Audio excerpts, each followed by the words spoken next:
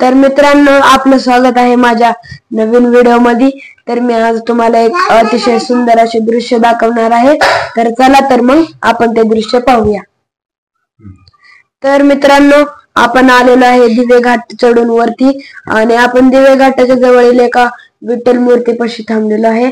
तर हे आहे प्रवेशद्वार आणि प्रवेशद्वारातून आत आल्यानंतर आपण इथे गाडी लावू शकतो व हे विठ्ठल मूर्तीची मागची बाजू आहे आणि मागच्या बाजूस अशा पायऱ्या आहेत आणि ही विठ्ठल मूर्ती अशी भव्य दिव्य डोळे दिपणारी अशी मूर्ती आहे व या विठ्ठल मूर्तीच्या चहूकडून सर्वत्र हिरवळ पसरलेली आहे पावसाळ्यामुळे व ही मूर्ती बरीच उंच आहे व अशी भव्य आहे।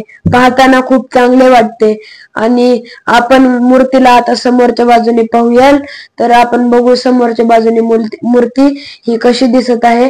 तर आपण ना आता ह्या मूर्तीचा तळपायापासून ते मस्तकापर्यंत पूर्ण आता पाहणार आहे। तर मित्रांनो, आपण तळपाय पाहत आहात मूर्तीचा। तर बघा, पायापासून ते डोक्यापर्यंत ही मूर्ती अशी आहे। या मूर्तीचा गळ्यातील हार पण किती भव्य आहे व हा हार सुतळीच्या मदतीने विणला गेलेला आहे। एवढी भव्य अशी ही मूर्ती आहे व आपण खालून पाहू शकता, ही एवढी भव्य मूर्ती आहे व दिव्या घाटात पावसाळ्यात तुम्ही नक्कीच या स्थळाला भेट